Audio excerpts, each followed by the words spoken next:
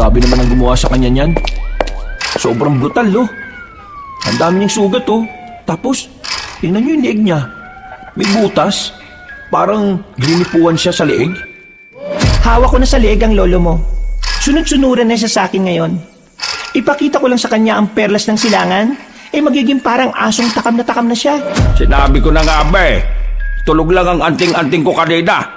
Ngayong gising na ang diwa niya. Ikaw naman ang matutulog ng habang buhay. Hindi ako patataig sa'yo!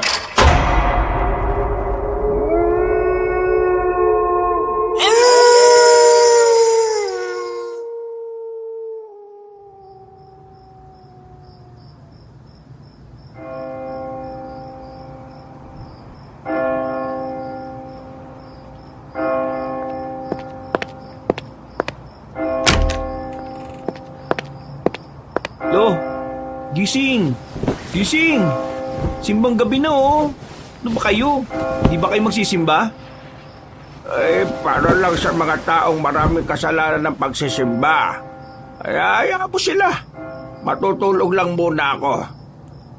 Hindi po ba kayo kakarmahin sa sinasabi niyong yan? Eh, bakit naman ako kakarmahin? Eh, wala naman akong ginagawang masama. Doon ka na nga muna. Inaantok pa ako eh. Magsimba ka na, Lo. Maya naman kayo. Kilala ka dito sa atin tapos malalaman nila na hindi ka pala malapit sa Diyos. Ano bang hindi malapit sa Diyos? Baka hindi lang nila alam. Madalas kong nakakausap ang Diyos sa panaginip ko. Kaya hindi na rin mahalaga ang magsimba pa. Sige na, kayo na lang. Masaya na akong matulog dito. Total, kayo naman eh, marami kayo kasalanan eh. Bahala nga kayo sa buhay nyo. Mabawasan sana na isang buwan ang natitira mong oras. Aba, sira ulo ka. Biro lang, Lo. Ito naman, oh. O sige na, oh. Maghahanda na ako. Baka mahuli pa ako sa mise, eh. Hindi na nagsayang pa ng oras si Sebastian. Agad-agad na rin siyang kumilos. Kahit na malamig ang simoy ng hangin sa labas, ay naligo pa rin siya sa pusuhan. Matapos yun, lumabas na rin siya at hindi na nagpaalam pa sa kanyang lolo.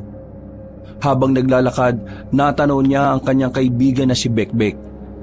Nakatalikod dito sa kanya kaya naisipan niyang pagdiskitahan ito. Nang tapikin niya yon ng malakas sa balikat, ay nagawa niya pang tumawa.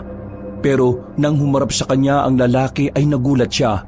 Hindi pala si Bekbek ang lalaking yon. Nakatingin sa kanya ng masama ang lalaki. Para bang anumang oras ay babalyahin siya nito. Ay, naku, pasensya na. Akala ko kasi yung kaibigan ko eh. Pasensya no sige o. Ilang minuto lang din naman ay nakarating na rin siya sa simbahan. Kakaunti pa lang ang tao kahit malapit na magsimula ang misa.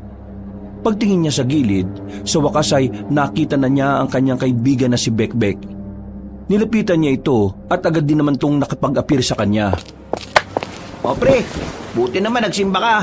Pero nasaan si Mang Nolan? Unang simbang gabi ngayon Bakit hindi siya kasama? Huwag ka nalang maingay sa iba Pero kasi tinatamad si Lolo. Tinatamad? Pagkakarinig ko kanina, kailangan siya sa misi. Magbibigay daw siya ng mensahe sa mga kababayan natin. Ha? Wala naman siyang sinabing ganyan sa akin Aba, ewan ko. Narinig ko lang naman kanina. Ay, pasaway talaga si Lolo.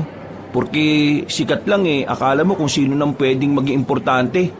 Pre, siya nga pala. Baka magsimula itong misa. Nabalitaan mo ba yung tungkol dun sa nagwawalang lalaki kagabi? Si Tanoy? Di ba nakulong na yon? Hindi. Nakapagpiansa raw. Hindi naman kasi mabigat yung reklamo sa kanya At saka, may perang pampiyansa. Malakas ang loob kasi, di ba, mayaman ang tatay nun sa kabilang baryo. Ano naman ngayon na meron? Wala naman. Sinabi ko lang. Kasi, nakakabahala Baka mamaya, kung sino-sino lang yung pagtripan niya rito sa atin. Speaking of siraulo, ayan na si Tanoy. Akalain mo yun, May balak palang magsimba ang demonyo.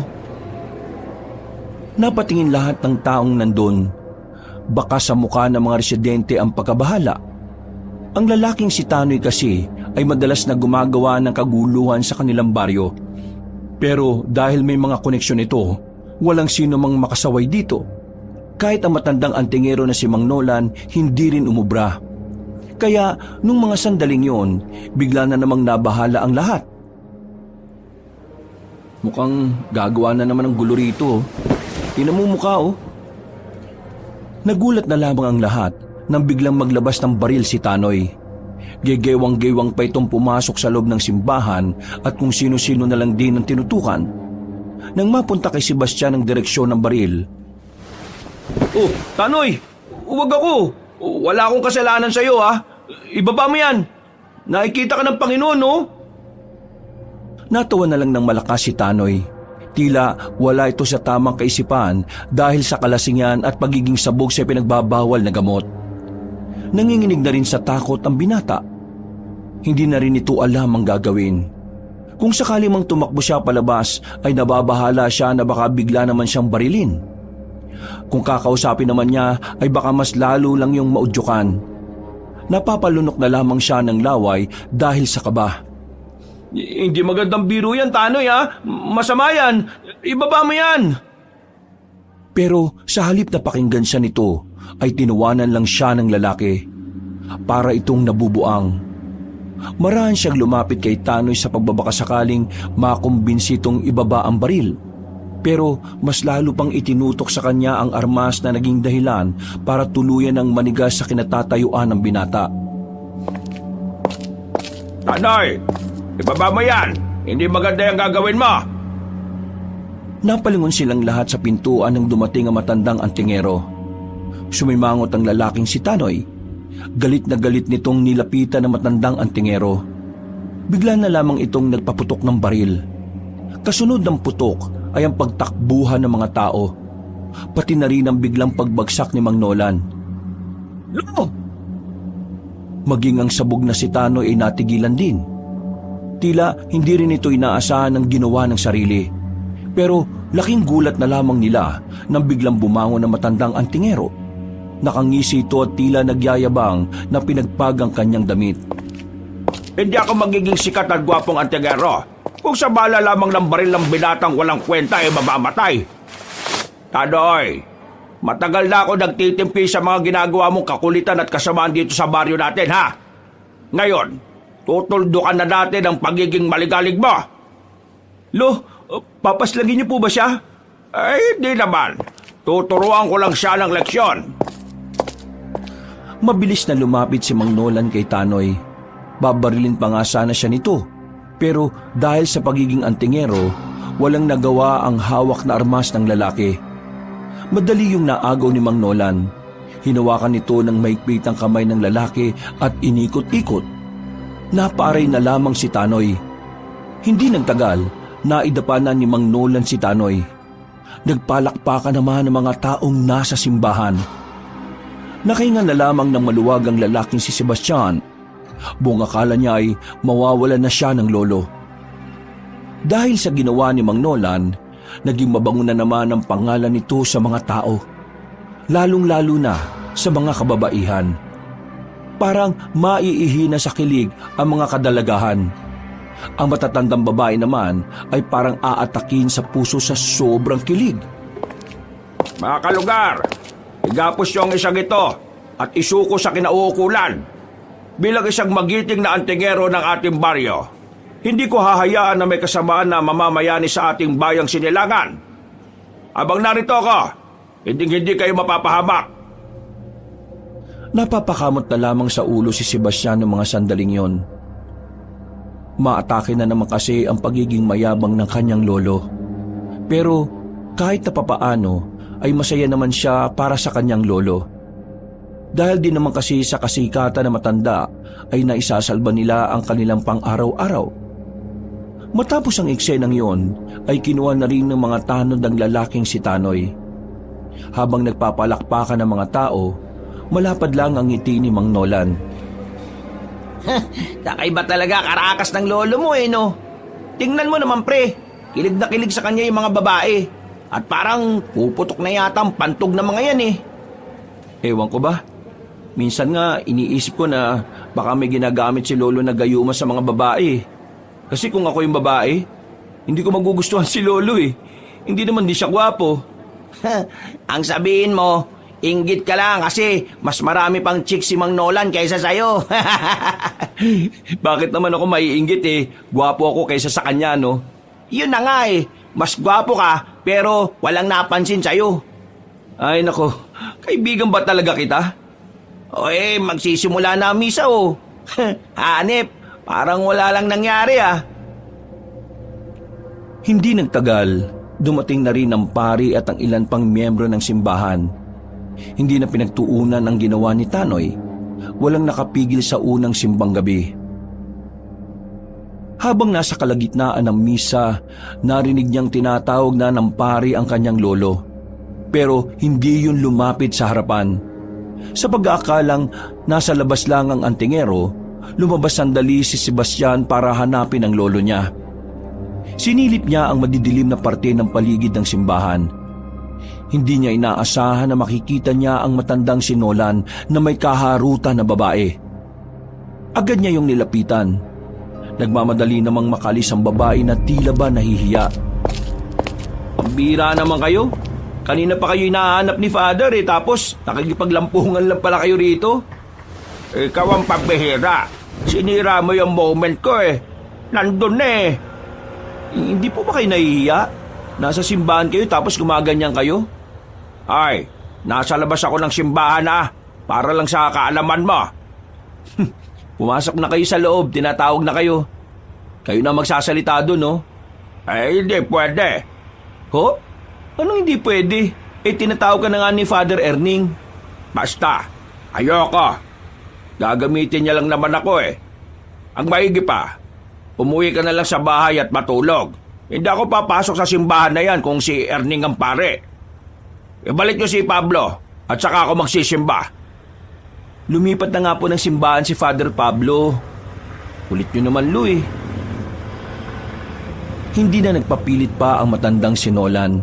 Sumakit na ang ulo ni Sebastian pero hindi niya nakumbinsi ang kanyang lolo. Bumalik na lamang siya sa loob. Makalipas lang ang 10 minuto, natapos na rin ang misa. Dumiretso na agad siya ng uwi. Sasapit na ang liwanag noong mga sandaling yon.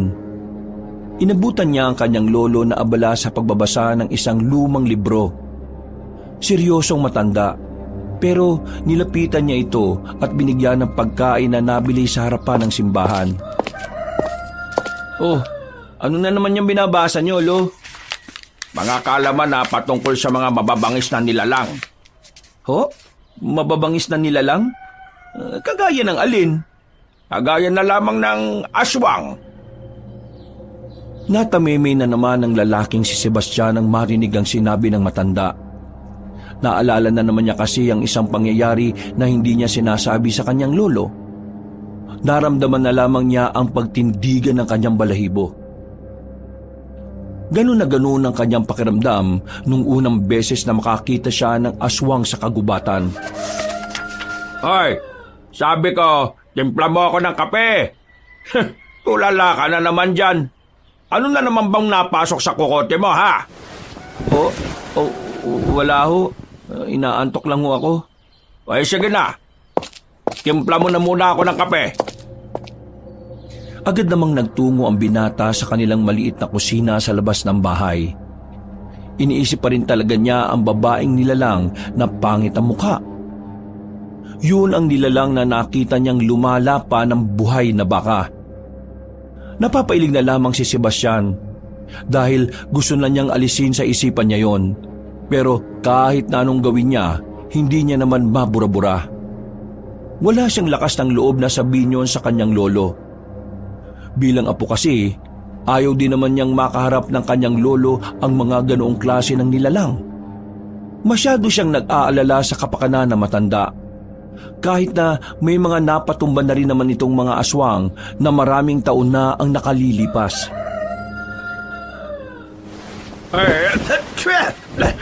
Bisit ka!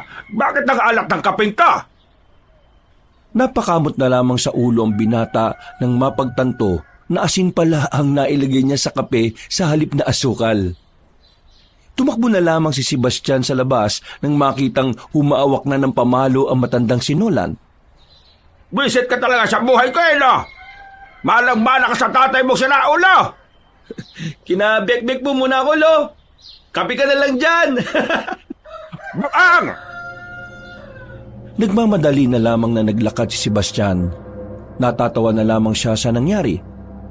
Hindi lang kasi yun ang unang beses na natimpla niya ng maalat na kape ang kanyang lolo. Habang naglalakad, narinig na naman niya ang ilang dalaga sa gilid na pinag-uusapan ng kanyang lolo Nolan. Napapangisi na lang siya dahil doon. Pambihira. Kilig na kilig talaga sila kay lolo ah. Lakas ng sex appeal ni lolo kahit kulubot na. Napatigil siya sa kanyang paglalakad nang makita niya ang lalaking si Cardo. Isa itong tindero ng taho. Kada umaga ay dumadaan yun sa kanilang baryo. Naisipan niyang bumili para sana yun na lang ang kanyang agahan. Paglapit niya, ngumiti agad sa kanya si Cardo na parabang matagal na silang magkakilala. Naku, taho, wala na. Ubus na. Ay, ganun? Sayang naman. Gusto ko pa naman sanang bumili. Malakas kasi talaga ang bintahan ngayon eh. Lalo na't simula na ng simbang gabi. Sige. Nasusunod na lang. Ay, sandali. Oh, bakit? Lolo mo yung magiting na antingero, di ba? Magiting na, babaerong antingero pa. Ano, paano mo siya nakilala? Kung pwede lang, iabot mo ito sa kanya. Isang kapirasong papel ang nilabas ng lalaking yun mula sa bulsa. Hindi na muna binasa ni Sebastian kung ano ang nakasulat doon. Pero napapaisip siya ng mga sandaling yon. Oh, para saan to? Nautusan lang akong ipabigay yan. Ibigay mo sana sa kanya ng mas maaga. Kailangan niyang mabasa ang nakalagay dyan eh. O sige, maraming salamat ha. Naglakad na ang lalaking si Cardo na bitbitang wala ng laman na lalagyan ng taho. Sa halip na puntahan ng kaibigang si Bekbek, nagmamadali na lamang siyang bumalik na kanilang bahay. Pero habang naglalakad, sinubukan niyang alamin ang nakalagay sa papel. Nagsalubong ang kanyang kilay nang mapansin na wala namang nakasulat doon. Sa likod ay blanko rin, kaya hindi niya malaman kung seryoso ba ang lalaking si Cardo o hindi. Sa isip-isip niya, baka pinagtitripan lang siya na magtataho. Sira ulo yun ah. Ano namang meron dito? Itatapon na sana niyang papel sa basurahan, pero hindi niya alam kung bakit parang merong pumipigil sa kanya. Hindi niya alam kung bakit parang tingin niya kailangan niya munang ibigay yon sa kanyang lolo. Kaya naman nagmamadali na siyang makauwi. Inabutan niya pa rin ang matandang nagbabasa ng libro. Agad niyang nilapag ang papel sa lamesa. Ano ito? Papel, malamang. Para saan ang papel at bakit mo ako binibigyan nito? Kilala mo yung nagtitinda ng taho? Naglalako dito sa atin palagi. Siya ang nagpabigay niyan. Nautusan lang daw siya eh. Yung nagtitinda ng taho? Opo. Sino yan? Hindi mo naman pala kilala eh. Tingnan mo na lang yung papel na yan. Binasa ko kasi wala namang nakasulat. Nang buklatin na matandang lalaki ang papel, nakita ni Sebastian na nagsalubong ang kilay nito. Narinig din niyang nagsalita na rin yun ng mahina. Teka, may nababasa po ba kayo dyan? Nakita ko, blanco yan eh. Yan damo yung tricycle. Ipagmaneho mo ako, dali. Po, saan naman po tayo pupo? Huwag ka na magtanong. Sandaan ko na sasabihin. Emergency to! Gulong-gulo ang utak ng binatang si Sebastian noon. Hindi niya kasi malaman kung anong nakalagay sa papel wala namang nakasulat doon. Pero kahit na ganon ay sinunod pa rin niya ang kanyang lolo. Pinaandar niya ang tricycle. Madali silang umalis sa kanilang baryo. Makalipas lang ang ilang minuto, narating na rin nila ang kabilang baryo. Nagmamadali ang matandang si Nolan pagkababa pa lang ng tricycle. Narating nila ang isang bahay na may malawak na bakuran. Inabutan nilang naroon si Cardo. Nakaupo sa gilid at nakayuko. Nasaan na si Moros? Huli na kayo. Wala na siya. Anong huli na ako sinasabi mo? Na maalam na siya, Mang Nolan. Wala na si Lolo.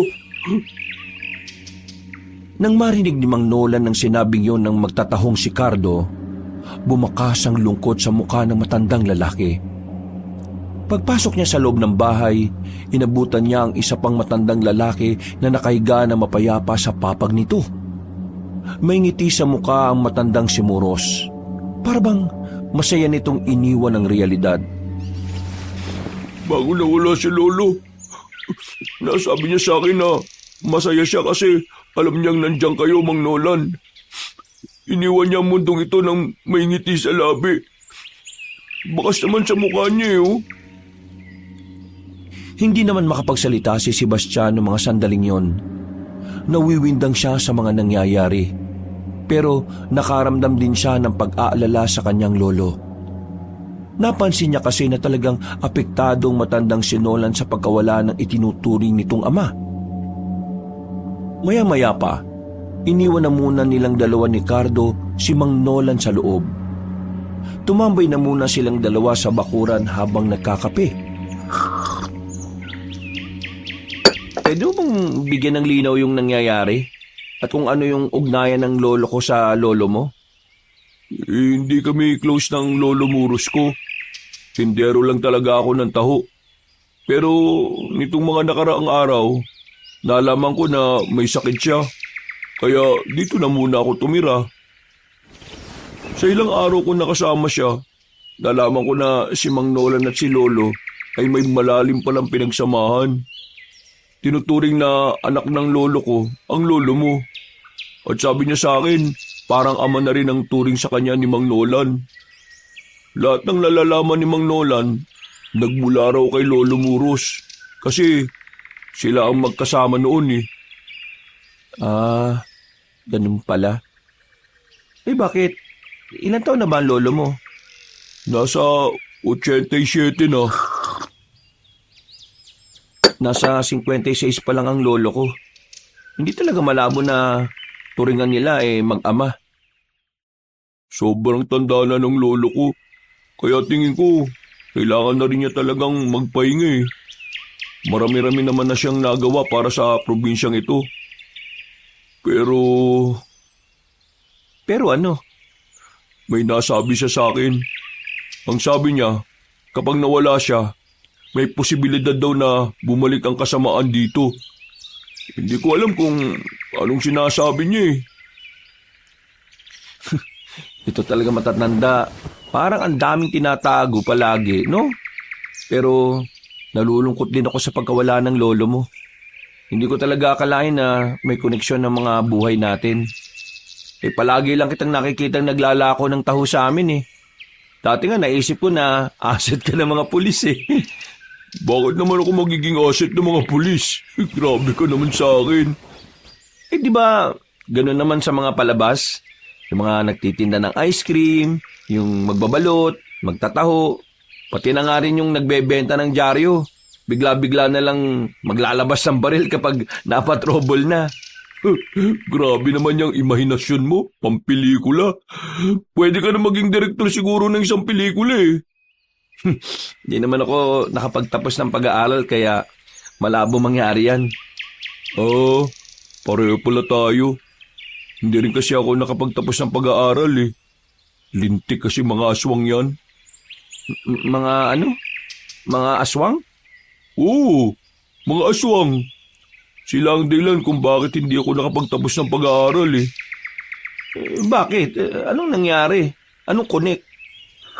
Nung high school ako, pinagpapapas lang nila yung mga guru namin na naiwan sa school para magbilang sa boto ng mga tao nung eleksyon. Nung namatay ang mga guru namin, halos lahat ng magulang natakot ang papasukin ng mga anak nila. Sa lugar namin, yun lang ang pinakamalapit na paaralan eh. Kaya yun, huminto na muna ako. Tapos, nung nasubukan ko magtrabaho, hindi na ako nakabalik sa pag-aaral. Ang sarap kasing kumita eh.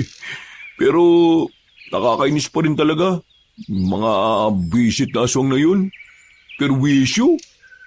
Nakakaawa yung mga teacher namin eh. Mga salo talaga sila. Pero nakakakilabot din. Oo, alam ko yung kinukwento mong yan. Nabalitaan ko yan noon sa isa sa mga kaibigan ko eh. Pero, tanong ko lang, anong nangyari sa mga aswang? Malamang, hindi naman sila nahuli. Ang sabi pa nga ng mga pulis noon, tao raw ang pumaslang sa mga teacher at principal namin. Hindi sila naniniwala na mga aswang ang dumali.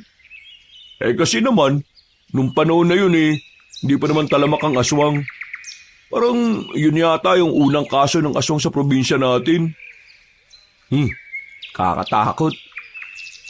Kung hindi sila nahuli nun, siguradong hanggang ngayon nabubuhay pa rin sila. Ang sabi nga sa akin ni Lolo nung nakaraan, buhay pa nga raw ang mga aswang. Naghihintay lang daw ang mga yun ng tamang pagkakataon. Kung sakaling bumalik sila at itong lugar na ito ang unang puntahan, anong gagawin mo? Malamang papatayin ko sila. Dahil sa kanila kay nagbago takbo ng buhay na karamihan sa amin eh. Hindi ka natatakot? Bakit naman ako matatakot? Kung sabi sa akin ni Lolo, hindi naman uubra sa mga tao yung mga aswang-aswang na yan. Napatangon na lamang si Sebastian ng mga sandaling yon. Kahit na papaano, nawala ang kanyang pagkabahala sa sinabi ni Cardo. Bumuntong hininga na lamang si Sebastian, pero pilit na lang niyang inaalis sa kaisipan niya ang tungkol sa mga nilalang na yon. Nalalapit na kasi ang Kapaskuhan at gusto niya na sa okasyon na yon nakalaan ang kanyang atensyon.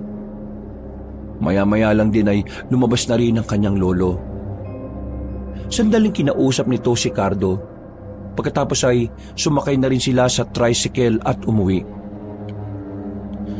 Tahimik lang ang kanyang lolo ng mga sandaling yon. Kaya naman hindi na niya ito tinanong pa ng kung ano-ano. Inayaan na lamang muna niyang mapag-isa si Mang Nolan. Mabilis na lumipas sa mga araw. Nailibing na rin si Mang Muros. Ilang araw na lang din ay sasapit na ang Kapaskuhan. Damang-dama na ang diwa na Kapaskuhan sa kanilang baryo. Bawat bahay kasing madadaanan ay may kanya-kanya ng dekorasyon na makikita. Pre! Uy, Halika! Ha? Bakit? Tingnan mo itong binili ko, oh. Maganda ba? Nagsusot ka na rin pala niyan? Oh, bakit? Hindi ba bagay? Bagay naman. Para kang nakabalot sa suman eh. Ang sikip sa katawan mo. Para ka naman talagang sira, oh. Kahit nakailan ka talaga. Ay, teka. Ano nga palang balita sa papasukan mong trabaho? Hindi ako natuloy eh. Bakit? Akala ko ba ayos na yun? Anong ayos na? Biglang nagsara yung factory. Ang chismis natakot daw sa aswang. Ewan ko ba kung sino na namang nagpauso ng kwentong aswang na yan? Matagal nang wala yung mga aswang eh. Pati tuloy yung trabaho ko na sana, nawala pa. Aswang na naman. Na naman? Wala. Ano pa ng balak mo ngayon? Di ko nga alam eh. Baka hintayin ko na lang muna sigurong matapos yung taon na ito. Ilang araw na lang din naman. Saka ako hahanap ng bagong trabaho. Ikaw? Ayun. Papasada pa rin ako. Hintayin ko lang maayos yung tricycle. May sira kasi ngayon eh. Ay siya nga pala. Nakita ko na naman pala yung lolo mo kagabi ah. Iba na naman ang kasamang babae. Ha? Iba na naman? Anong itsura? Matangkad. Kasing tangkad yata natin. Medyo morena. Pero sexy pre ah. Ganda ng pagkakakurban niya. Basta, kakaiba. Mas maganda to kumpara sa mga babaeng nilandi ng lolo mo rito. Tingin ko nga hindi yung taga rito eh. Kasi kung taga rito yun, Hindi naman yun ganun kaganda. Parang sinabi mo na walang maganda rito sa atin. Mismo! Maraming salamat at sinabi mo sa akin to ha. Pagsasabihan ko na lang si Lolo. Baka kasi mamaya, minor de edad tong nilalandi na naman niya eh. Nakipag-apir na lamang ang binata sa kanyang kaibigan. Umuwi na muna siya sa bahay nila. At pagdating niya nga roon, nalingat lang siya ay nagdala na naman ng babae ang kanyang lolo. Napapakamot na lamang siya sa kanyang ulo. Do, sino na naman ba tong babaeng to? Iba na naman to ah. Ay, siya nga pala si Marilag. Ganda, no? Marilag, eto nga pala yung apo ko. Baka meron kang kakilala ireto mo naman tong apo ko para hindi na mainit ang ulo palagi. Magandang hapon sa'yo. Ilang taon ka na ba, miss? 19 na ako. Ano ba kung ilang taon na tong lolo ko? Nasa 50 na yan, bakit ka sumasama dyan? Kakaiba kasi ang datingan ng lolo mo eh. May hindi ako mapaliwanag na nararamdaman kapag kasama't kausap ko siya. Alam mo, miss, hibang ka lang. Umuwi ka na lang sa inyo at dito siya magpapasko sa atin. Ho? Sa lahat ng babaeng nakilala ko, siya lang ang nakikita kong dapat kong seryosohin. Kaya sana, tanggapin mo rin siya gaya ng pagtanggap na ginawa ko sa kanya. Lo, anong naman ba to? Bakit bigla-bigla na lang kayong nagdidesisyon ng ganyan? Di nyo malang ako sinabihan muna. Hoy, bahay ko to. Kaya kahit na anong gusto kong gawin dito, ayos lang naman dahil ako may-ari. Ganun pala. Di, walang halaga ang boses ko dito dahil bahay mo to. Di naman sa ganun, apo. Ganun ang nais yung iparating eh. Di sige, kung yan ang gusto nyo, kayong bahala. Basta, wag mo na rin akong pakikialaman sa mga bagay na gusto kong gawin ha. Sebastian, wala naman kami ginagawang masama ng lolo mo. Single naman ako. Single din naman ang lolo mo. Wala naman yan sa edad eh. Ano bang dahilan kung bakit ayaw mo sa aming dalawa? Isa lang naman ang dahilan kung bakit ayaw ko ng ganyang relasyon. Ayaw ko sa'yo. Hindi na nakapagsalita pa ang dalawa nang lumabas na ulit si Sebastian. Nababa na siya sa ginagawa ng kanyang lolo. Pakiramdam niya kasi, dinudungisan ng kanyang lolo ang mapayapa nilang bahay. Wala naman kasing problema para kay Sebastian na magmahal ulit si Mang Nolan.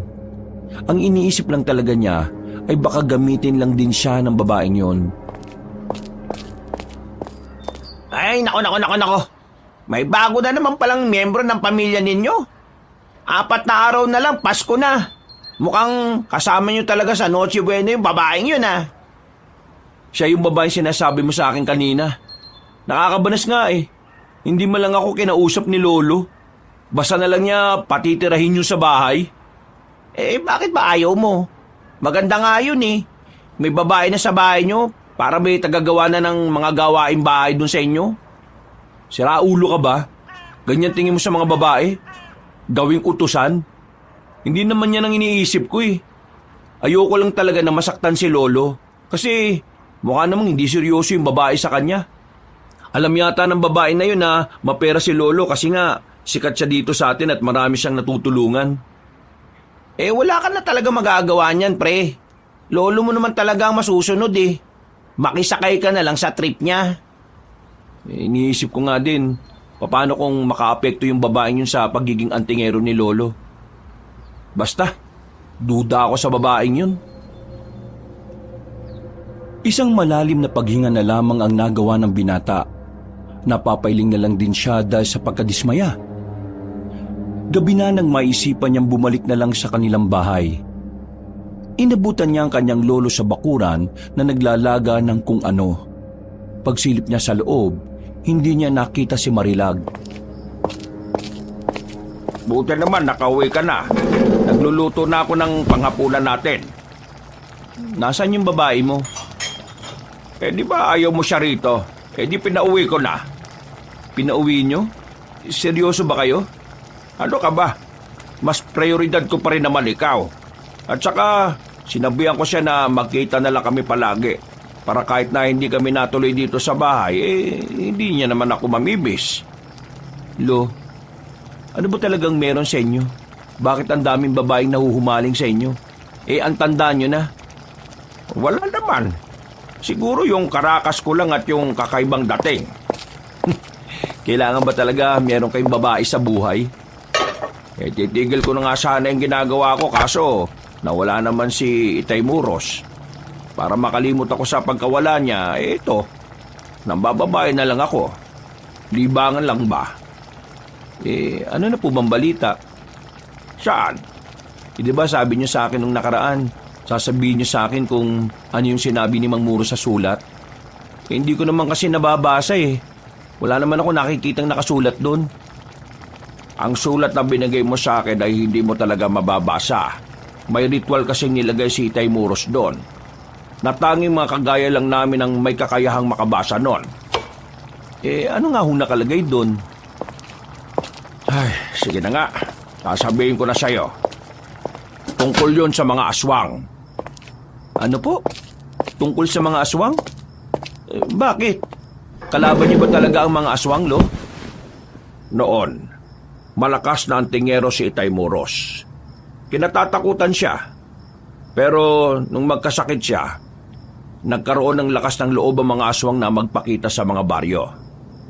Mabuti na lang ay may bagong henerasyon ng mga antingero. Kabilang na ako ron. Bago magretiro si Itay Muros sa pagiging antingero, gumawa siya ng malakas na ritual. Mga proteksyon na magpoprotekta sa bawat baryo kontra sa mga aswang. Dahil sa mga proteksyon na yon, hindi na nakakapasok ng baryo mga aswang. Pero ngayong wala na si Itay Muros, nawala na rin ang bisa ng mga proteksyon. Nangangamba kami na maaari nang mapasok ng mga aswang ang mga baryo. Makakapanggulo na sila ulit. Yung sulat na nakalagay sa blankong papel, naroon lahat ng mga dapat kong gawin para muli kong mabuhay ang proteksyon. Magagawa ko yun sa oras na kabilugan na ang buwan. Kailangan nyo akong tulungan sa bagay na yon.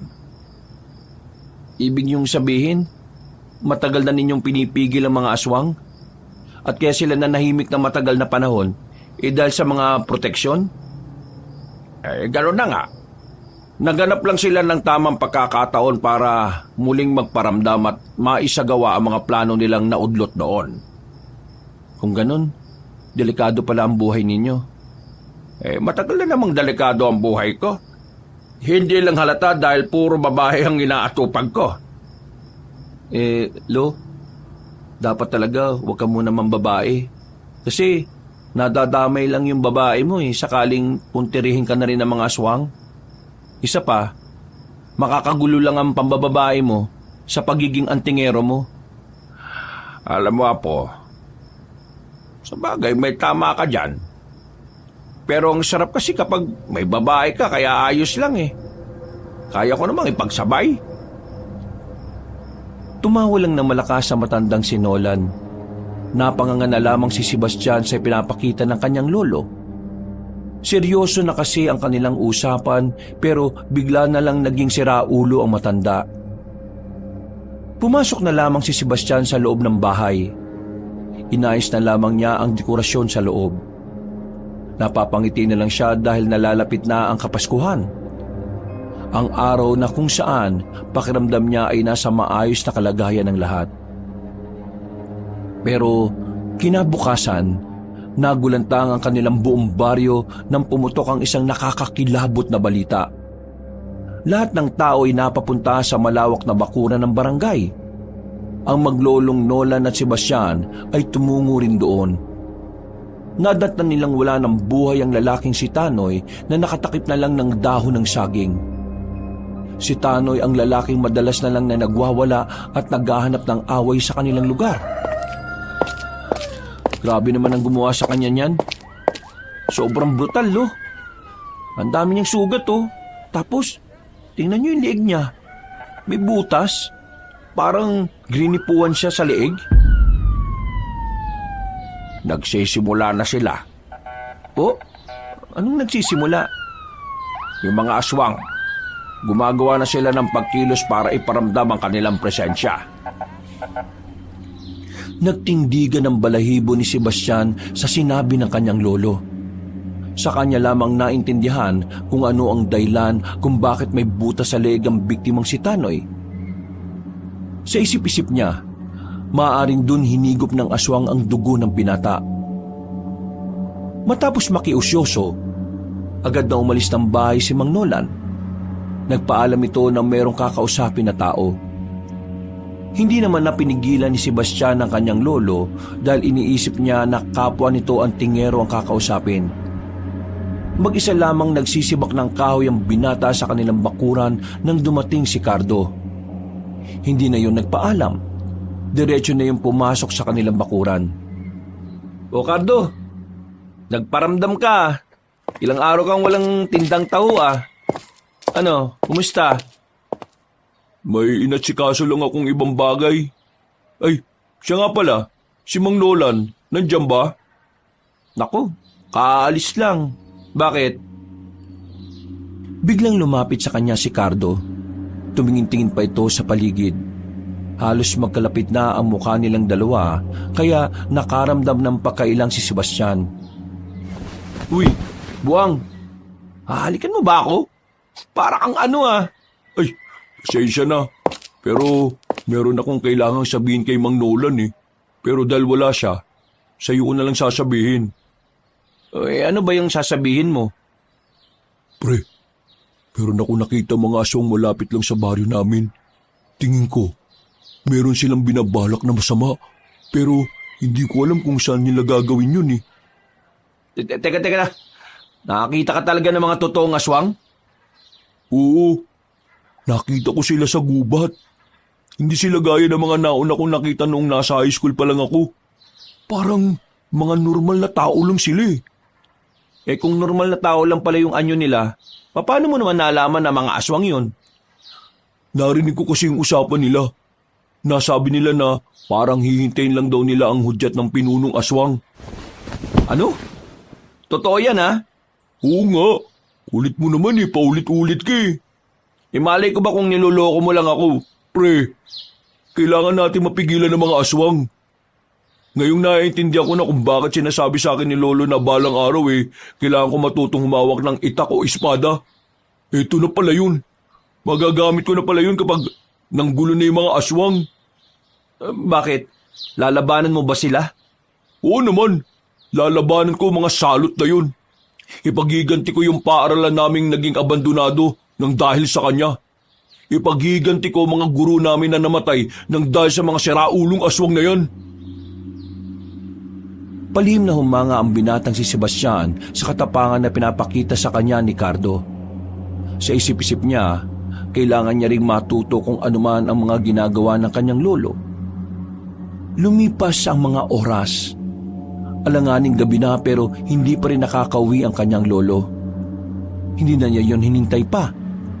Inisip niya na baka napasarap na naman ang kwentuhan nito sa kung sino. Kailangan ng matulog ni Sebastian dahil magsisimang gabi pa siya. Bandang 4:00 na madaling araw, nakabihis at nakahanda na siya. Maaga kasi siyang nagising. Kahit nakulang pa ang tulog, hindi siya nagdalawang isip na magsimba. Habang naglalakad siya patungo sa simbahan, nakita niya ang dalagang si Marilag. Inakala niya nakasama nito ang kanyang lolo. Kaya naman naisip niyang sundan ng babae. Mabilis siyang naglakad. Nakita niyang dalaga na lumiko sa isang kanto. Pagtingin niya roon, natanaw niya na may kinakausap na dalawang lalaki si Marilag. Sinubukan niya pang lumapit para sana marinig kung ano ang pinag-uusapan ng mga yon. Kailangan makagawa kayo ng paraan kung paano natin siya makukuha. Nahihirapan akong dumiskarte eh. Ang daming sagabal. Siya lang ang tinik sa mga plano natin. Kaya kumilos na kayo. Abangan niyo kung saan siya dadaan. Lilitaw ako kapag kailangan natin siyang lituhin.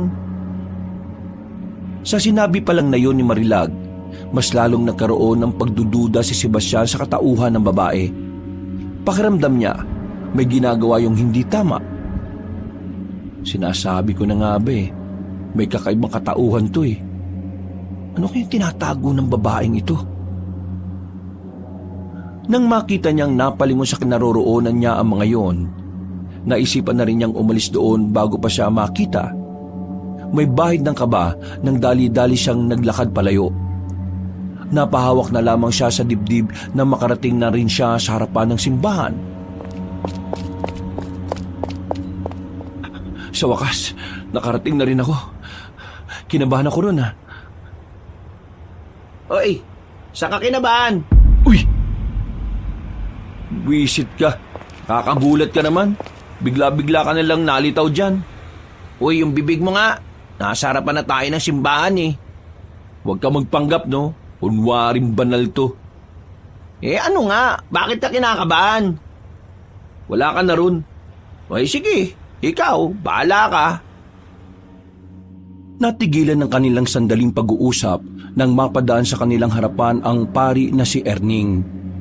Hindi pa yun nakasuot na pangpari, kaya hindi nila agad nakilala. Mga Ginoo, bakit ayaw niyo pang pumasok sa simbahan para makausap niyo yung Panginoon habang naghihintay na dumami ang mga tao? Sige po, maya-maya na rin po, papasok na rin naman po kami. Iho, ikaw ba si Sebastian, ang apo ni Nolan? Opo, ako nga po. Nagtatampo na ako sa lolo mo, ha?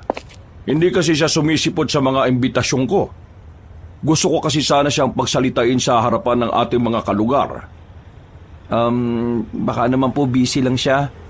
Pero sigurado po ako, kapag hindi na siya abala, dadalo naman po siya. Ay nako, sana nga. Gusto ko lang kasing bigyan ng pansin ang ginagawa niyang kagitingan. Pinoprotektahan niya kasi ang baryong ito laban sa mga masasamang elemento. Huwag po kayong mag-alala, Father. Kapag nagkausap po kaming dalawa, sasabihan ko po talaga siya at kukumbinsihin ko. Ay nako, maraming salamat naman kung ganon. Tinapik na siya sa balikat ng paring si Erning. Ngumiti yun bago sila iwang dalawa. Alam mo, parang may kakaiba sa bagong pari natin eh, no? Paano kakaiba? Ewan ko rin. Basta, parang may ewan. Ewan ko nga sa'yo. Pumasok na lamang sila sa loob ng simbahan. Maya-maya pa ay nagsimula na rin ang misa. Naging payapa ang mga sandali hanggang sa matapos. Paglabas ni Sebastian, nakita niya ulit ang babaeng si Marilag na nanggaling sa gilid ng simbahan. Wala siyang ideya kung ano ang ginawa ng babaeng yun doon. At para bang hindi siya nito nakita dahil sa dumaan naman ito sa kanyang harapan. Nagduda ang binata. Sa pagkakaalam niya kasi, ang babaeng yun ay hindi naman talaga taga-baryo nila.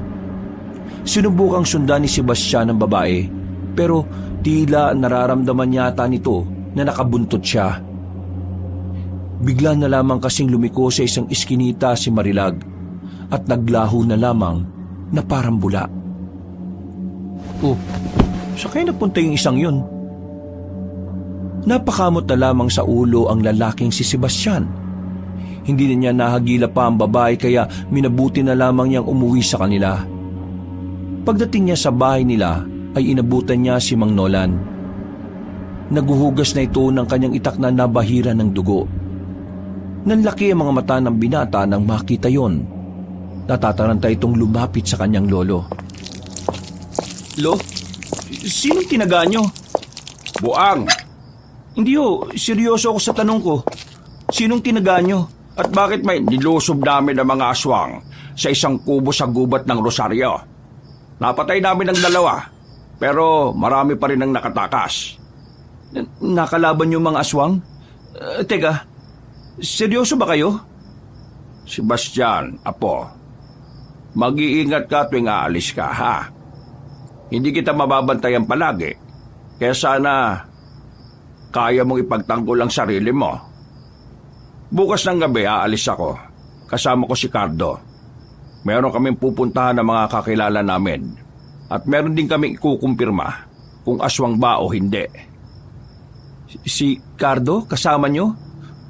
Lo, gusto ko rin sumama. Mapanganib, dumito ka na lang sa bahay. Pero bakit sisige na? Sumunod ka na lang sa akin. Komplikado ang lahat. Hindi na nakaalma pa ang binata. Sinunod na lamang niya ang sinabi ng kanyang lolo. Hanggang sa bago siya matulog, naiinggit pa rin siya kay Cardo dahil yun ang kasama ng kanyang lolo. Pero sa kabilang banda, pinapalagay na lang niya na mas mainam na ring hindi siya sumama. Nang sa ganun ay walang naging pabigat. Kinabukasan ng umaga, nagising na lamang si Sebastian dahil sa naririnig niyang tinig ng babae sa labas. Butit gising ka na. Halika, sabayan mo na kaming kumain. Bakit nandito na naman yan? Magandang umaga sa iyo, Sebastian. Tiningnan niya na maigi ang babae. Tinitigan niya yon sa mata. Mula nang makita niya yung may kausap na ibang lalaki, mas lalo talagang nag-iba ang tingin niya roon. Malakas talaga ang kanyang hinala na merong hindi sinasabi ang babae. Bagay na gusto niyang alamin. Hindi na lamang pinansin ni Sebastian si Marilag. Hindi na niya yon pinaalis. Naisip niyang mas maiging naroon ang babae para mas maobserbahan niya ang kilos nito. Sa mga sumunod na sandali, naging normal lang naman ang pakikitungo sa kanila ng babae. Kaya naman, tila naguguluhan ng binatang si Sebastian kung ano nga ba talaga ang gustong ipahiwatig ng babae. Bandang hapon, nagpaalam na rin si Marilag sa kanila. Tahimik lang ang binata pero ang totoo, binabalak na niyang sundan ng babae. Nang matanaw niyang medyo nakakalayo na yon, nagmamadali siyang lumabas ng bahay. Sunundan nga niya si Marilag. Sa kakasunod niya, hindi na niya namalaya na unti-unti na pala siyang nakakalayo ng kanilang baryo. Sa kaya'y punta ng isang ito? Hindi ko alam. Uy, wisit ka. Bakit mo ko sinundan? Nakita kitang sinusundan mo si Marilag eh. Ikaw Buang. Nagdududa na kasi ako sa kanya eh. Kaya susundan ko siya para malaman kung anong tinatago niya. Tara, sundan na natin siya. Sasama ka talaga? Oo naman. Oh, nasan siya? Visit ka kasi, nawala tuloy. Walang sinayang na sandali si Sebastian. Mabilis siyang naglakad para sundan si Marilag. Pero nang makarating na sila sa labas ng kanilang baryo, hindi na nila yun nakita pa. Tinapik na lamang ni Sebastian ng malakas ang kanyang kaibigan. Dismayado siya dahil kung hindi nawala ang paningin niya kay Marilag, ay baka nasundan pa rin nila yun. Wala na. Dapat kasi kung sinundan mo ko, hindi mo na sana pinaalam eh. Tingnan mo naman kasi nangyari Nawala sa paningin ko. Paano ko malalaman ngayon kung saan siya nakatira? Ano ka ba naman? Ako pa sinisi mo. Ikaw tong hindi nakatingin eh. Ay naku, nakakainis ka talaga. Hindi mo pa ako maintindihan. Kaya itiko mo na lang yung bibig mo at baka mabatukan pa kita. Palis na sana ang dalawa ng mga sandaling yon nang biglang nakita nila si Marilag na nasa likuran nila. Laking pagtataka ni Sebastian kung papaanong napunta roon ang babae gayong alam nilang naiwan na sila rito. Sinusundan niyo ba akong dalawa? Ha? Bakit ka naman namin susundan? Hindi ko rin alam. Bakit niyo nga ba ako sinusundan? Malayo na ito sa baryo natin pero nandito pa rin kayo. Napaka-imposible naman yung direksyon na pupuntahan ko ang pupuntahan niyo rin. O bakit? Hindi ba pwedeng ganon? Hindi talaga pwede. Lalo na kung ang pupuntahan ko ang lugar ng mga aswang.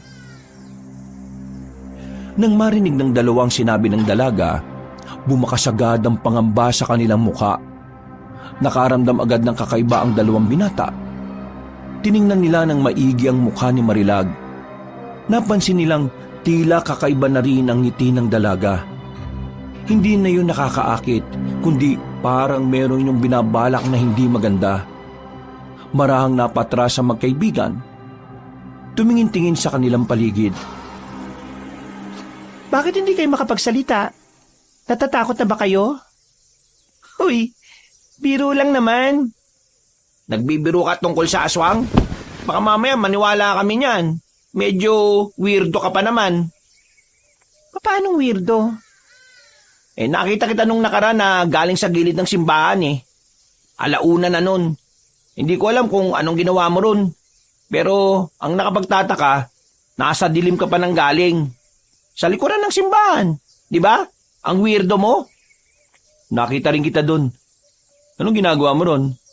Anong meron sa gilid ng simbahan at bakit punta ka ng punta ron? Gusto niyong malaman? Malamang. Kaya nga tinatanong ka eh. Buang din pala to eh oh. Bakit ba ganyan ang pakikitungo mo sa akin?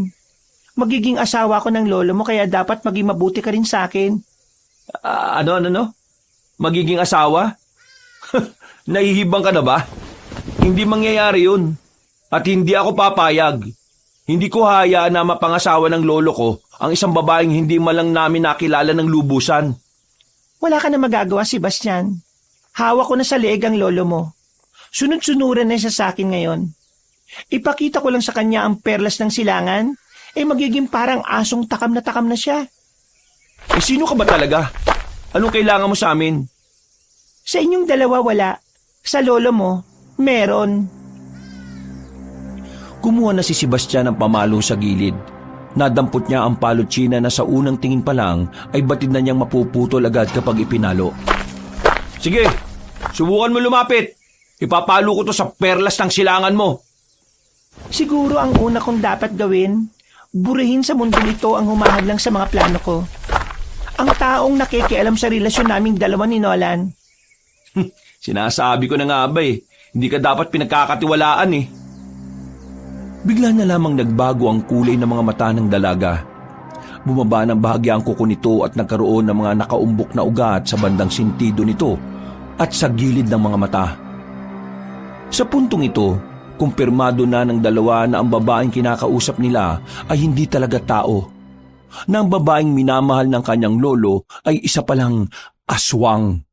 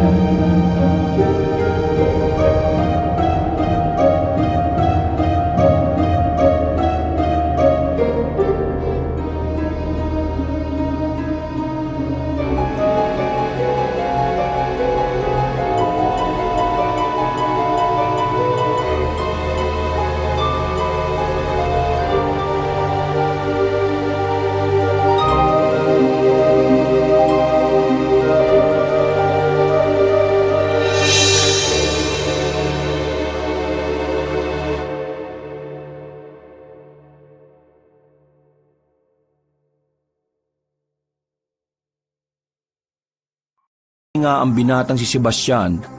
Nang maramdaman nilang kaya na nila ulit tumakbo, saka na sila nakaisip na lumabas ulit. Pero hindi pa man sila nakakalayo, bigla na silang hinarang ng babaeng si Marilag. At sa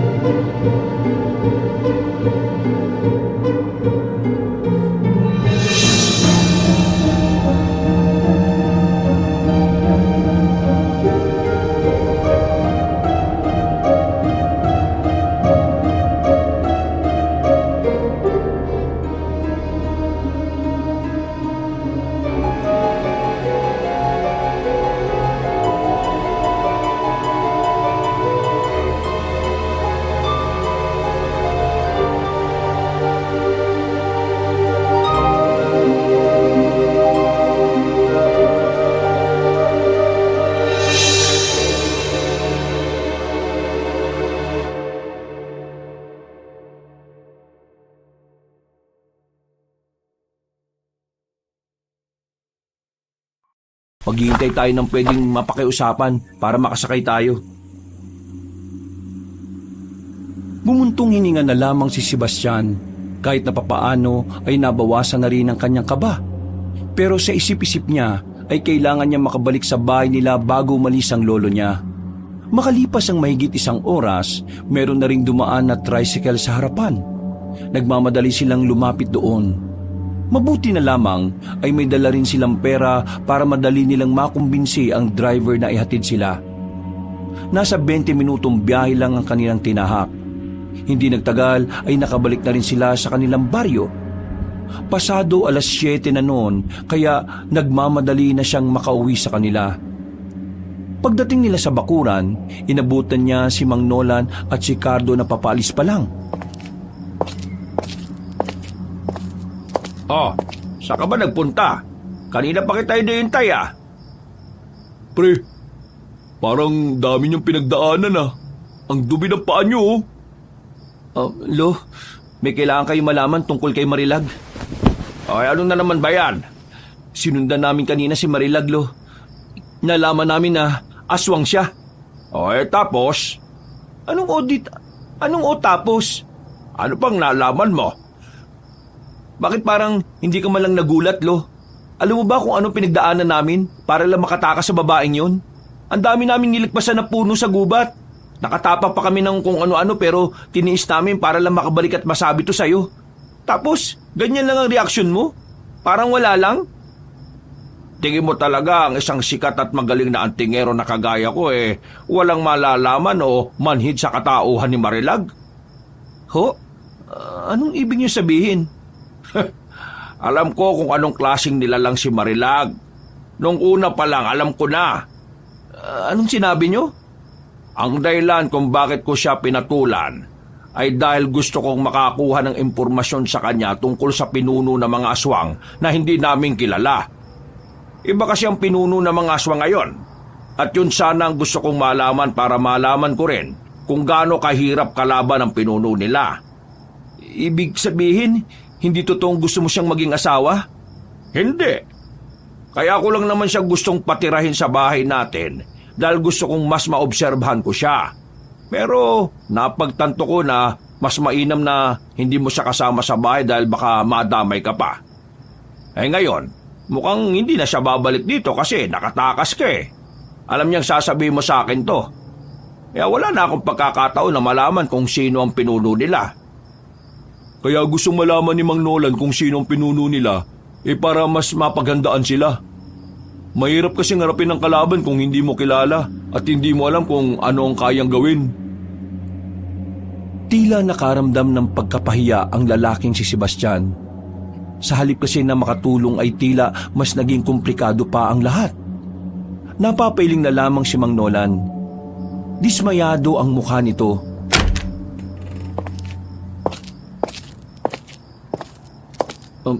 Pasensya na, Lo. Hindi ko alam na may ginagawa kayong ganon. Gusto ko lang naman sana makatulong At nag-aalala lang din talaga ako sa kaligtasan nyo. Hindi ko sinabi ang tungkol doon kasi ayaw ko madamay ka. Pero wala na tayong magagawa. Nangyari na ang hindi dapat. Kailangan lang nating umusad. Lo, gusto ko pong sumama sa inyo. Delikado rito, Apo. Pwede kaming mapalaban ngayong gabi kahit iba ang lakad namin. Hindi lang ang lakad nyo. Gusto kong sumama sa mga ginagawa ninyo. Hindi mo naiintindihan. Mapapahamak ka lang. Gusto ko makabawi sa pagkakamaling nagawa ko ngayon, Lo. Kung pwede sana pagbigyan nyo ako. Mang Nolan, tingin ko dapat mo ring pagbigyan si Sebastian. Kasi tingin ko mas maganda kung matututunan niya rin yung mga ginagawa ninyo. Kasi hindi naman habang buhay nandiyan ka para protektahan siya. Tama si Cardo, Lo. Gusto ko matuto para kung sakaling mag-isa na lang ako sa buhay, kakayanin ko pa rin. Malungkot mang isipin pero darating din naman ang araw na iiwan nyo rin ako At kapag dumating yon, ayokong maging mahina kasi wala ka na. Naging madamdami ng usapan na yon. Kalaunan ay pumayag na lang din na matandang si Nolan. Sa isip-isip din kasi nito ay mas mainam na rin talagang kasama niya ang apo sa kanyang laban. Nang sa ganon ay mabantayan niya rin ito. Hindi naging madali para kay Sebastian na tanggapin na siya ang sumira ng plano ng kanyang lolo tungkol kay Marilag. Noong gabing yon ay hindi na siya napakali. Mga bandang alauna nga ng madaling araw ay nakabalik na rin ang kanyang lolo at si Cardo. Pero ang kanyang utak ay hindi pa rin natatahimik. Bakit hindi ka pa natutulog? Yung kaibigan mo sa loob humihilik na Pagod din kasi yan si Bekbek Akala kasi namin kanina katapusan na talaga ng buhay namin, Lo. Ikaw, ano bang gumugulo sa isipan mo? Naiinis pa rin ako sa sarili ko. Hindi ko kasi alam na may iba ka palang plano. Nasira ako patuloy. Huwag mo nang isipin yun, Apo. nangyari na eh. Ang kailangan na lang natin isipin ngayon ay ang kung paano natin magagawa ang bagong ritual. Bukas ng gabi, kabilugan na ng buwan, ilalagay na natin ang mga pangontra sa bawat baryo at isasagawa natin sa gubat ang mga ritual ng maging epektibo ang mga proteksyon. Isasama niyo ba talaga ako? Oo, kailangan kita ron eh. Kasama din natin si Cardo. Lo? Paano kung malaman ng mga aswang na isasagawa mo na naman ang ritual para sa proteksyon? Yun ang dapat natin pagandaan. Dahil hindi ko rin man talaga alam kung ano mangyayari. Ito ang unang beses na gagawin ko ito. Kaya sana magawa ko rin ang nagawa ni Itay Muros. Napatango na lamang ang binatang si Sebastian. Matapos ang kanilang usapan, ay gumaan na rin ang pakiramdam niya. Kaya naman nakatulog na rin siya kalaunan. Kinaumagahan, maagang umalis ang kanyang lolo. Ang naiwan lamang doon ay si Cardo na siya namang maagang nagluto ng kanilang makakain. Gutom na kayo? Nagluto ako ng kamote. Walang mabilis sa palengke. Sarado ngayon. Bakit sarado? Lunis ngayon ah. Meron kasing kumakalat na chismis. Ang sabi, meron daw nakatirang aswang dito sa atin. Di ko nga alam kung bakit bigla na lang nagkaroon ng ganong kwento eh.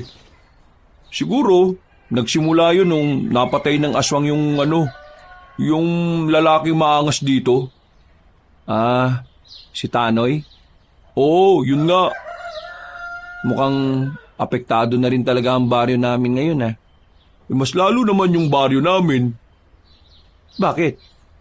Nitong nakaraan lang kasi dun talaga may namataan na aswang. Bukod sa gubat ng Rosario, sa may gubat din ng baryo namin meron. Grabe no, talagang kumakalat na sila. At malakas ang kutob ko na nagmamanman sila sa mga baryo. Siguro inaalam nila kung ano ang pinakamadaling sakupin. Napalunok na lamang ng laway si Sebastian nang dahil sa kaba. Iniisip pa lamang niya ang kaguluhang magagawa ng mga nilalang na yon ay parabang nangihina na ang kanyang tuhod. Kaya naman pilit niyang kinukondisyon ng kanyang utak. Pilit niyang kinukumbinsi ang kanyang sarili na kailangan niyang tapangan para makatulong sa kanyang lolo. Mabilis na lumipas sa mga sandali. Sumapit na rin ang kinagabihan. Nakahanda ng lahat ng gagamitin ni Mang Nolan sa pagsasagawa ng ritual. Bandang 7:00, naghiwalay na sila ng landas. Si Mang Nolan ay dumirekta sa gubat, habang si Sebastian at Cardo naman ay pumunta sa mga kalapit na baryo. Kailangan kasi nilang maitusok sa lupa ang kapiraso ng kawayan na nagtataglay ng proteksyon. 4 na lang ang ilagay natin.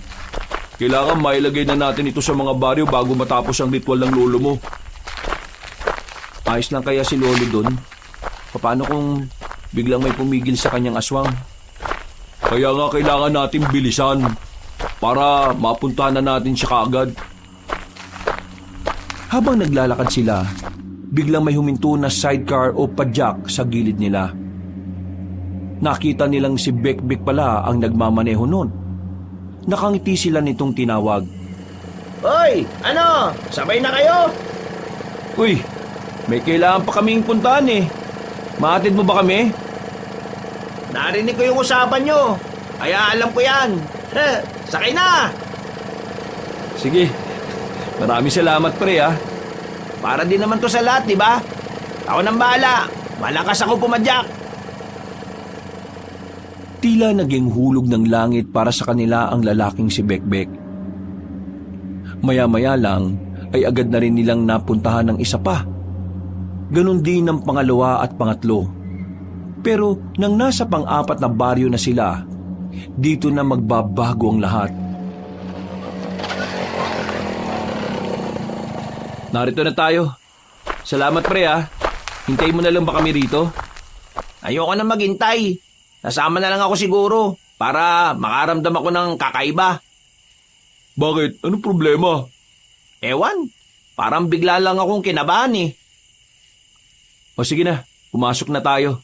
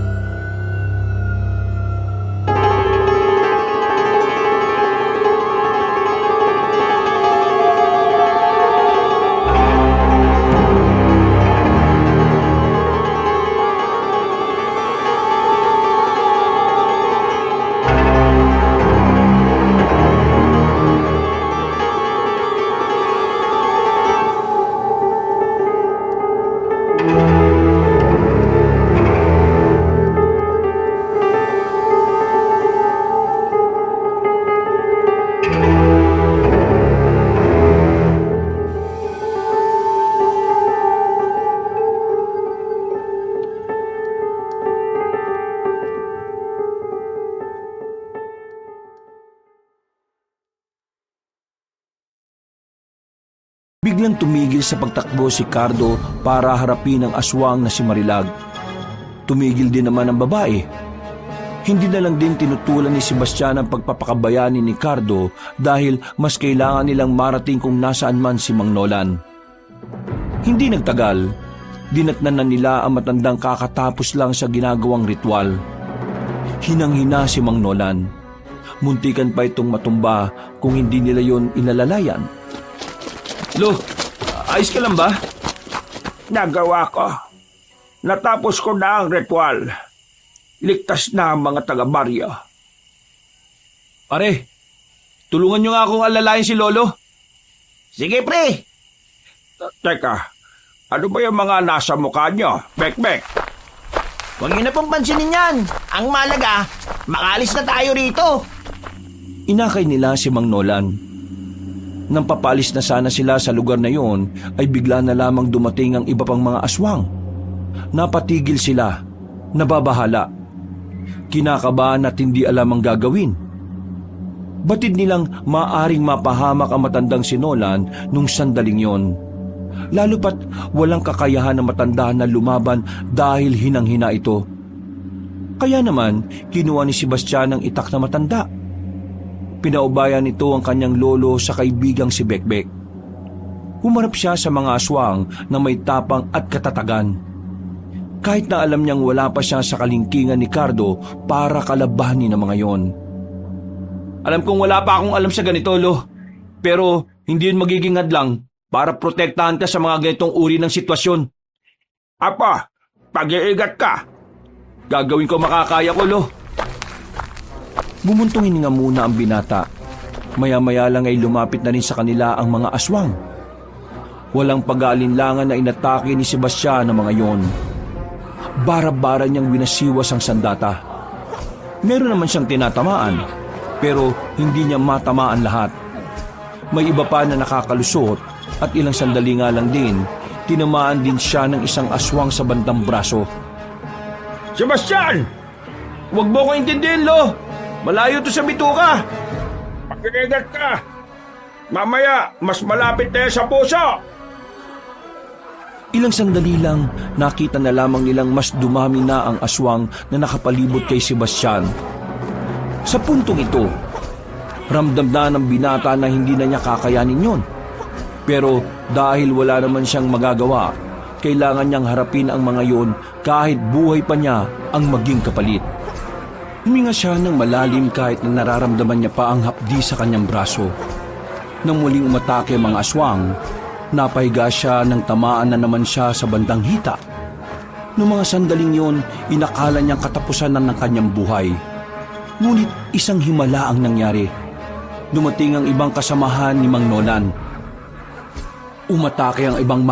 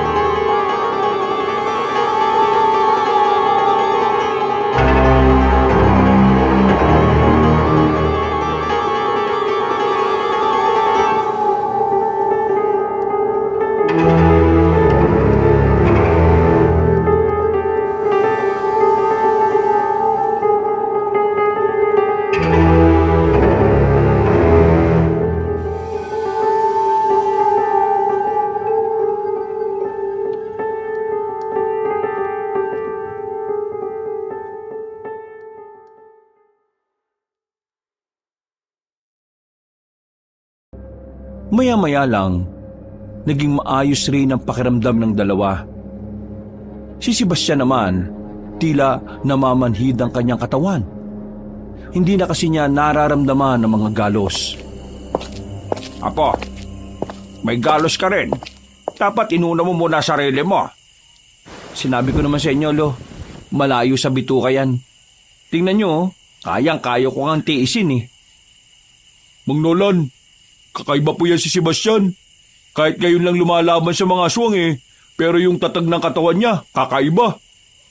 Kakaiba ka rin. Ang galing mo makipaglaban. Nagawa mong talunin si Marilag. Pero hindi pa tayo dapat maging kampante ha. Hindi pa natin nakakaharap ang pinuno nila.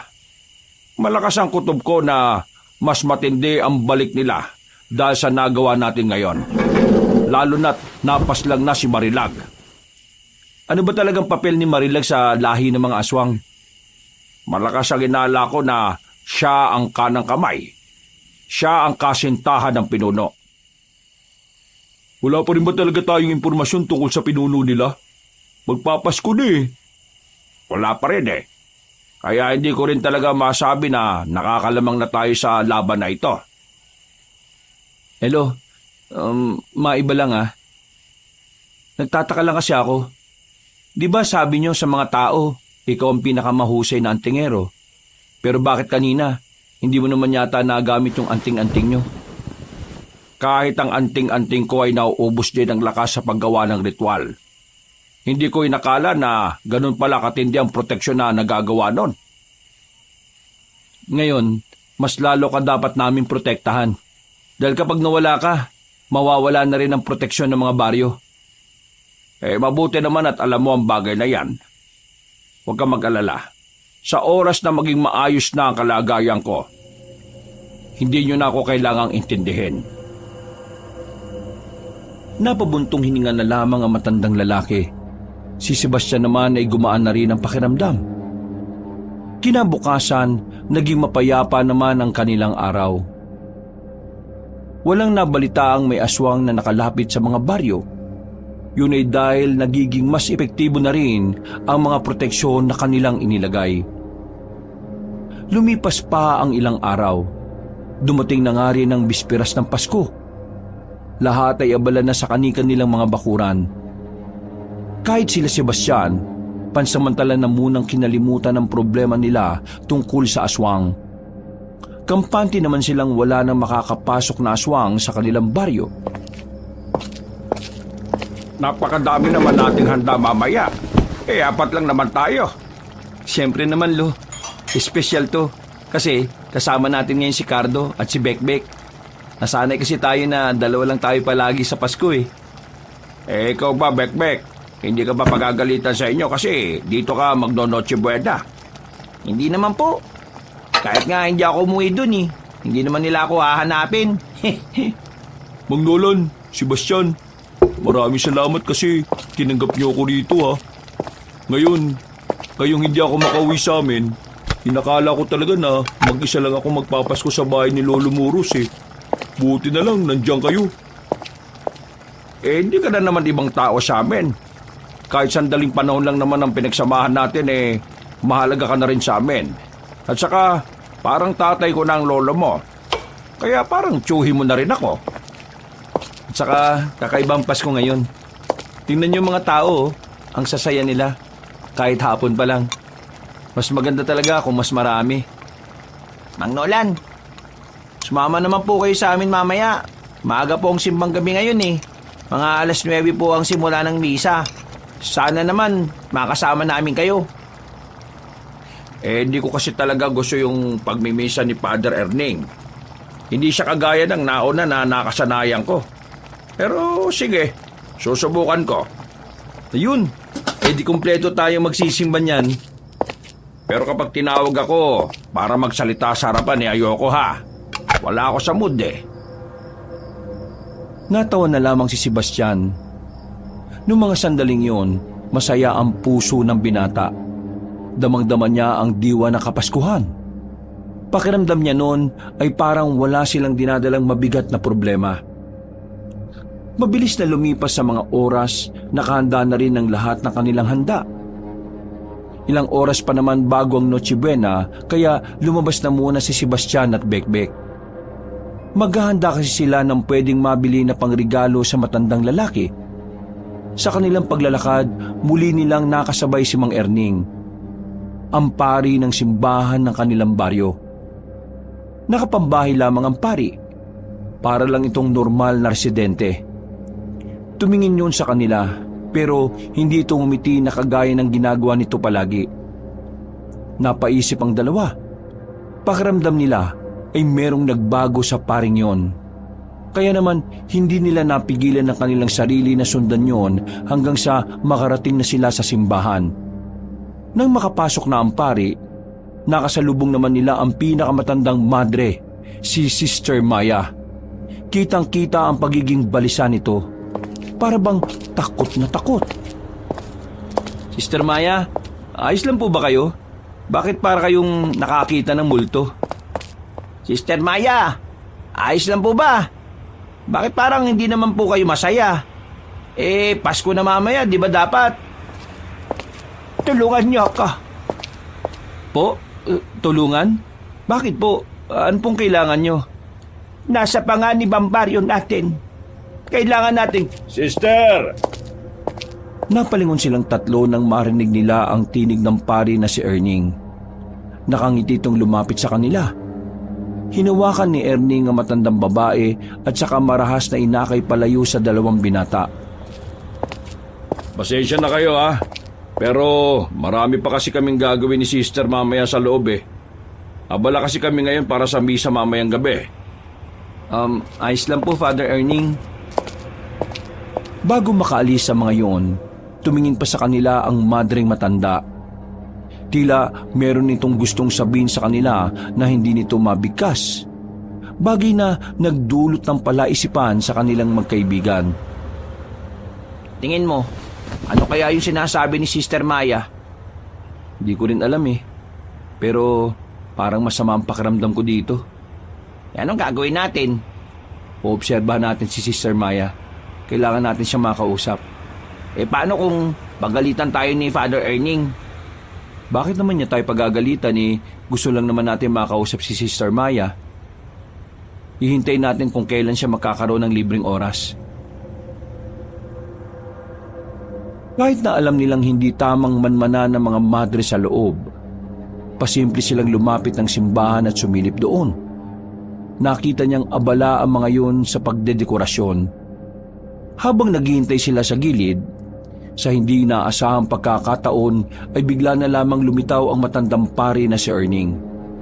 Nasa likuran na pala nila yon. Hindi nila namalayan. Nagtataka rin sila kung papaanong napunta roon ang pari samantalang nakita nila yon sa loob ng ilang minuto lang ang nakalipas. Ano ang ginagawa niyo riyan?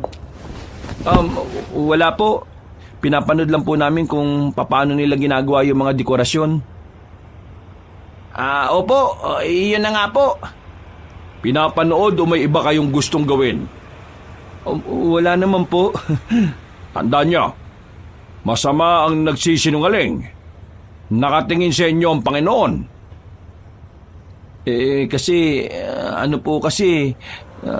Kanina po kasi, nag-aalala po kami kay Sister Maya.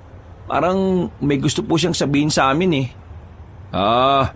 Huwag yun ang alalahanin si Sister Maya. Meron lang siyang pinagdaraanan ngayon. Na alam ko naman na malalagpasan niya yan sa tulong ng ating pinakamamahal na Panginoon. Sigurado po ba kayong nasa maayos na kalagayan po siya? Oo naman. Hindi ba kayo naniniwala sa sinasabi ko? Tingin niyo ba magsisinungaling ang kagaya kong alagad ng Diyos?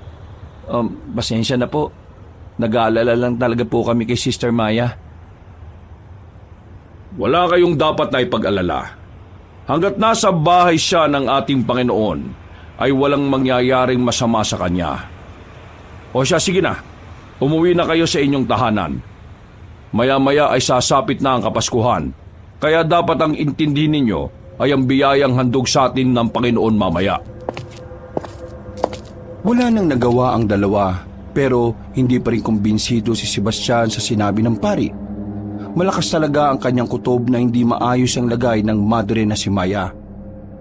Mabilis na lumipas ang mga oras. Sumapit na rin ang kinagabihan. Halos lahat ng tao sa mga sandaling yun ay naghahanda na para sa darating na simbang gabi. Pero hindi pa rin mapakali ang binatang si Sebastian ng mga sandaling yun. Bagay na napansin na ni Cardo kaya lumapit na ito sa kanya. Pre, ayos ka lang ba? Kanina pa kita napapansin na para kang malalim ang iniisip ah. Tulala ka eh. Hindi ka rin mapakali kanina. Anong nangyayari? Pre, huwag ka na munang maingay kay Lolo ah. Hindi pa kasi ako sigurado eh. Ano yun? Kanina kasi si Sister Maya, nasabi niya sa amin na nasa panganib ang baryo natin. Sinabihan niya kami na kailangan niya ng tulong. Tapos, nang sasabihin na niya yung dahilan kung bakit, ibigla na lang siyang tinawagan ni Father Erning. Parang pinipigilan niya si Sister Maya na masabi yung gusto niyang sabihin sa amin. Naghihinala ka ba na may ginagawang hindi maganda itong pari na to? Hindi ko alam pero oo. Para kasing may nangyayari hindi tama eh. Gusto mong manmanan ko yung pari? Pwede mo bang gawin yon? Oo. Basta, manatili ka lang sa tabi ni Mang Nolan ha. Mas maghihinala ang paring yun kapag napansin niyang wala ka mamaya sa simbahan eh. O sige pre, maraming salamat ha. Hindi kasi talaga mapakali ang kalooban ko eh. Tumango na lamang si Cardo sa kanya. Mga ilang sandali lang ay lumarga na rin sila para makapagsimba. Marami-rami ang tao nung gabing yon. Huling simbang gabi na kasi kaya dinumog talaga ang simbahan. Karamihan sa mga taga-baryo ay iniwan ang mga bahay nila para lamang doon. Nagsimula naman ng mapayapa ang misa. Normal lang na nagsisermon ang paring si Erning. Pero ilang minuto na ang nakalipas, hindi pa rin napapansin ni Sebastian ang lalaking si Cardo. Kaya habang abala ang lahat sa misa, nagpaalam siya sa kanyang lolo na iihi lamang. Pero ang totoo ay hahanapin niya si Cardo sa palibot ng simbahan. Malaki ang simbahan, kaya may mga parte ng paligid nito na madilim lalo na sa bandang likuran. Sa parting yun, meron ding mga bahay kung saan doon tumutuloy ang mga madre. Walang ilaw ang mga kabahayan na yon dahil lahat ng madre ay nasa misa. Kaya marahang naglalakad si Sebastian habang hinahanap si Cardo. Saan naman kaya nagpunta yung isang yun? Nakakainis naman talaga oh. Kaunting lakad pa niya ay bigla na lamang may humablot sa kanya. Tinakpan nito ang kanyang bibig. Huwag ka maingay, si Cardo to. Wisit ka. Kinabahan ako sa iyo. Pasensya na pero kailangan kitang hilahin papunta rito eh. Ha? Bakit? Ano bang nalaman mo? Nakikita mo ba yung liwanag na yon? Oo. Ano ba yun? Parang kubo pero mahaba. May mga nandyan sa loob. Mga aswang ang nariyan. Ha? Aswang? Paano magkakaroon ng aswang dyan eh? Di ba nalagyan natin ng proteksyon tong baryo natin? Oo nga, pero iba ang kutob ko eh. Pakiramdam ko, alam na nila ang pangontra sa proteksyon na ginawa natin. At ang nakapagtataka pa, bakit ang lapit ng mga aswang dito sa simbahan na to? Masama ang kutob ko. Tingin ko, gagawa sila ng gulo ngayon. Si Sister Maya, nakita mo ba? Kanina pa siya wala sa mise eh. Yung may nunal sa pisngi? Oo, nasan? Wala akong nakita eh. Kanina pa ako naglilibot pero wala naman ako nakita. Ha? Ano to? Sabay silang napatingin sa ibaba nang meron silang masagi sa sahig. Pagtutok ni Sebastian ng ilaw, nakita nila ang madring si Maya na nakabulagta. Tinihaya nila yon. Dito na tumambad sa kanila ang wakwak nitong tiyan. Wala na ang laman loob at nagkalat na ang dugo sa kinatatayuan nila. Ay gagi! Napatras sila, pero isang bagay ang pumukaw ng kanilang pansin. Meron itong hawak-hawak na papel sa kaliwang kamay nito. Nabahira na ng dugo ang kalahati nito. Pero buo pa rin ang sulat na nakalagay doon. Kinabigla nilang dalawa ang kanilang nalaman. Dumaloy ang kaba sa kanilang sistema. Aswang si Father Erning? Kung ganun, kasama niya yung mga aswang na naroon. Bumalik na tayo sa loob ng simbahan. Kailangan natin mapalikas sa mga tao. Kailangan nating sabihin kay Lolo ang nalaman natin. Walang sinayang na oras ang dalawa. Dali-dali silang tumakbo pabalik ng simbahan. Nagulat ang paring si Erning at ang ilang madre nang pumunta sila sa gitna. Inago pa ni Sebastian ang mikropono sa nagsasalitang pari. Mga kalugar, umalis na kayo sa simbahan na to ngayon din. May binabalak ang mga aswang sa atin. Sisirain nila ang Noche Buena natin lahat. Kaya hanggat maaga pa, iligtas nyo na ang mga sarili ninyo. Ano bang sinasabi mo, Sebastian? Sinisira mo ang sagradong pagtitipon natin ngayong gabi, ah? Hindi ka ba nahiya sa Panginoon? Huwag mong ginagamit ang salitang Panginoon dahil wala kang karapatan. Apa, anong ibig nitong sabihin? Lo, itong paring ito ay isang huwad, mapagpanggap. Hindi siya totoong pare, isa siyang aswang. Ano bang sinasabi mo, Sebastian? Gumagawa ka ng kwento, ah. Sinisira mo ang pangalan ko sa mga tao. Kaya pala gusto mong pigilan si Sister Maya na makapagsalita dahil alam niya kung anong tinatago mo. Mga kalugar, huwag niyo siyang paniniwalaan. Maaring sinasapian siya ng dyablo kaya ganyan siya magsalita. Di mo kami manluloko, Erning. Pinatay ko si Sister Maya para wala siyang masabi. Pero pasensya ka na, ha? Matalino si Sister Maya. Nagawa niya pa rin ipaalam sa amin kung ano ang baho mo. Lahat kayo, bumalik kayo sa mga bahay niyo. At walang lalabas kahit na anumang mangyari. Mga kalugar, kailangan ko ng pakikisan ninyo. Umalis na kayo at umuwi na muna. Mga sister, kayo rin. Ikaw na pari ka, maiwan ka.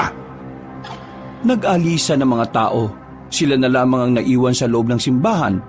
Pero hanggang sa mga sandaling yon ay sinusubukan pa rin ng matandang pari na magkaila. Nolan, hindi mo ba pwedeng awatin ng apo mo? Pinabastos niya ang tahanan ng Diyos. Hindi nagsisinungaling ang apo ko. May takot siya sa Panginoon kaya hindi niya gagawing gumawa ng kwento sa loob ng tahanan ng Diyos. Kaya pala biglang nawala ang dating pari dito dahil meron kang masamang binabalak dito. Ang kapal ng mukha mo na gamitin ang tahanan ng Diyos para sa kasamaan mo. Sandali lang naman. Hayaan niyo ako makapagpaliwanag. Papatunay.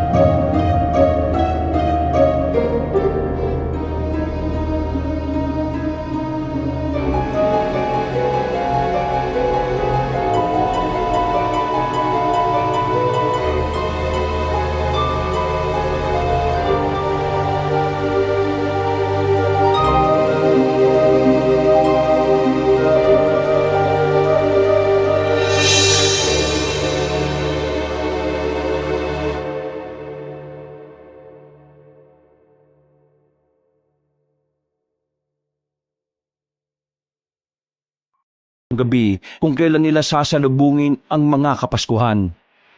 Maligaya kapaskuhan sa inyong tatlo.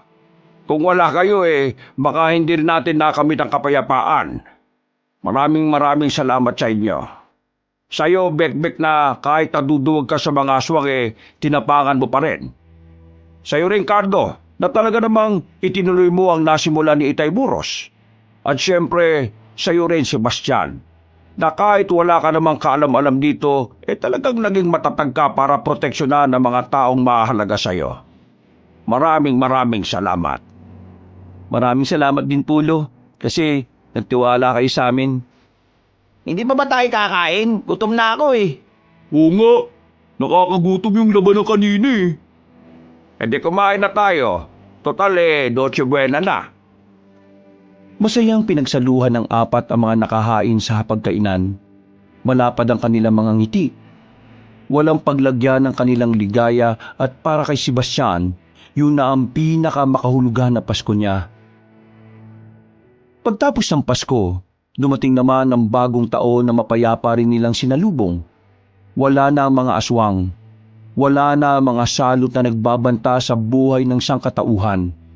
Mula noon, naging maayos na ang kanilang pamumuhay. Balik na sa normal ang lahat. Sumasama na rin si Sebastian sa mga lakad ng lolo niya. Gusto niya kasing matutunan pa ang pasikot-sikot sa kung anuman ang trabaho nito. Dahil kasi sa nangyari, mas napagtanto niya na parte na ng kanyang pagkatao ang pagprotekta sa buhay ng iba. Wakas,